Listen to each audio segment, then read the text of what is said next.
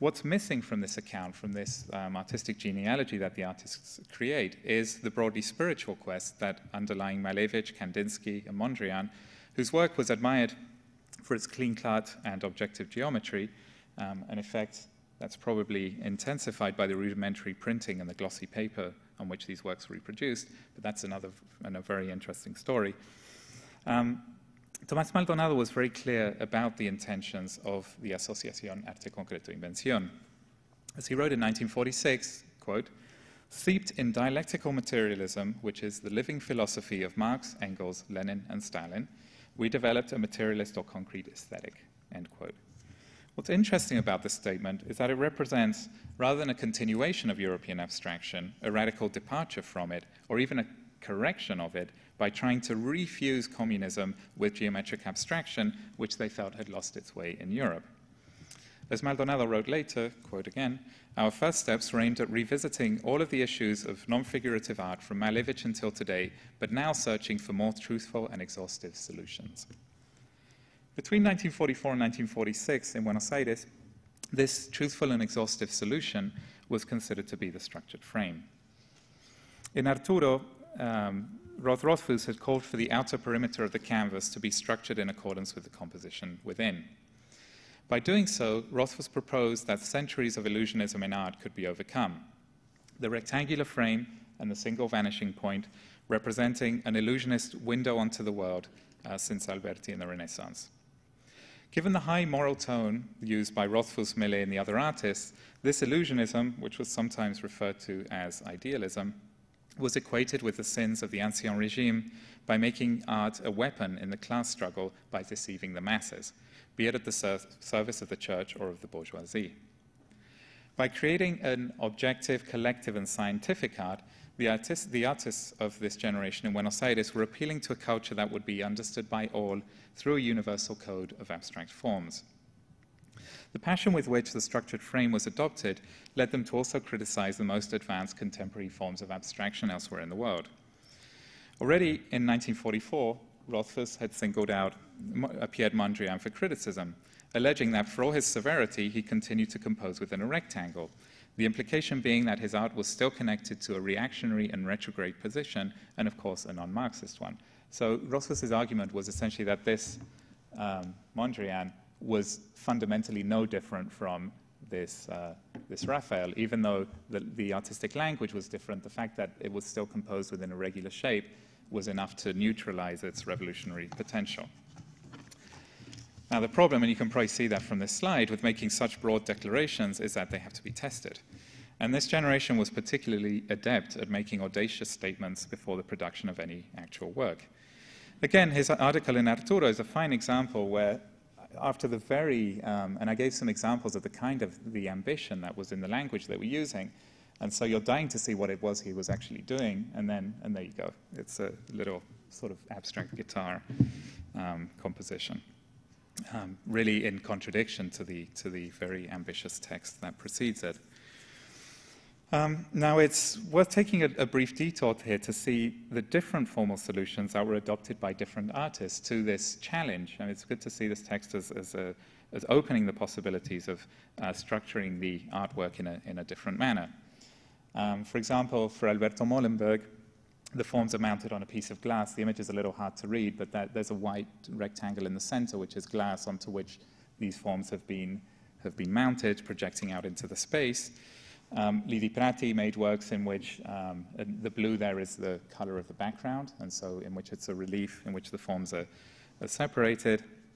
Tomás Maldonado made this very, very strange painting in which these two forms appear to sort of float in an undetermined space.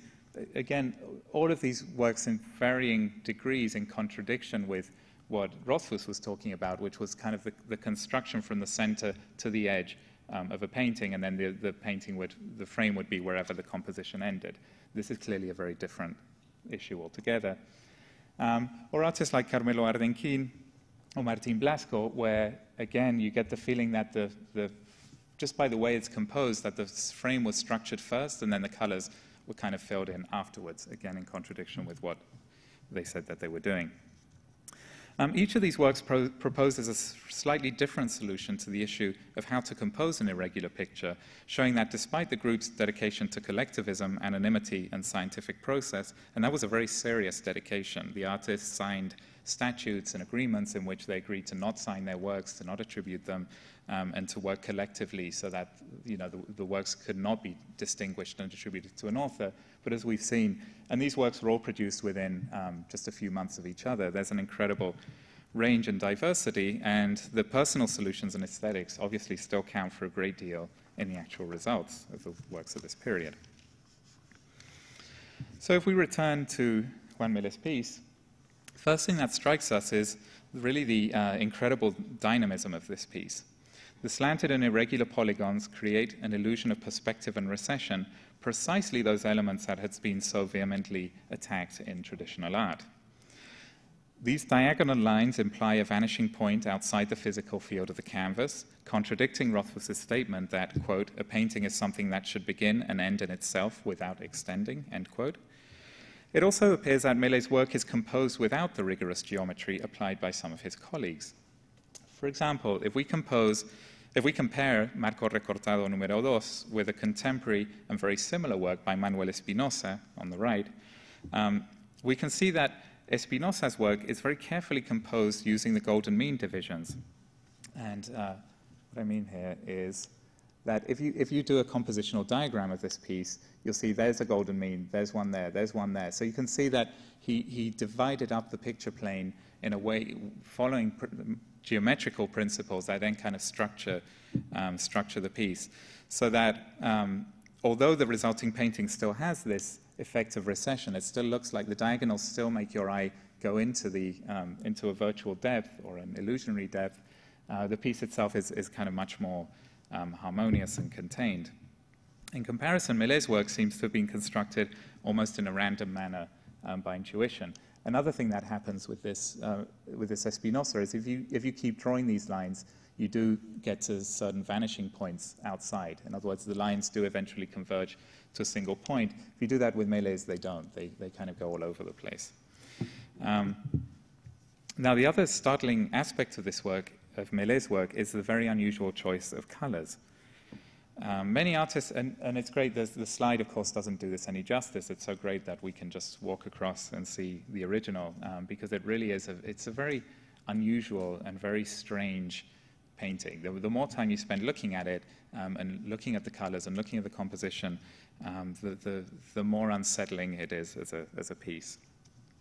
So while many artists in Europe and elsewhere had experimented with chromatic variations in abstract art, and color theory has been a protagonist of modern art, at least since the Impressionists, but Mélé's choices of greens, yellows, deep reds, blues defies a logical classification or progression.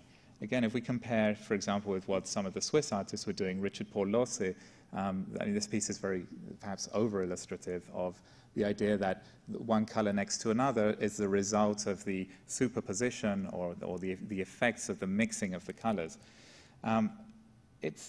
When you see this kind of gridded colored composition, that's what you want to do with it, is to read that the colors are somehow generated by the ones that are next to them or the ones that are around them. And as far as I can see, that wasn't the case. It really does seem to have been an arbitrary choice of choosing very strange colors and then filling in the shapes and then separating them with these black lines.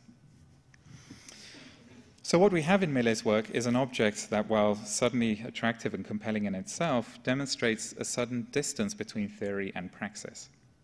As Melé tried to make a fully objective and non-illusionist art in the interests of Marxist theory, in line with the strict rule of the association of which he was a member, the actual result is something of a kaleidoscope of visual effects with little or no scientific underpinning.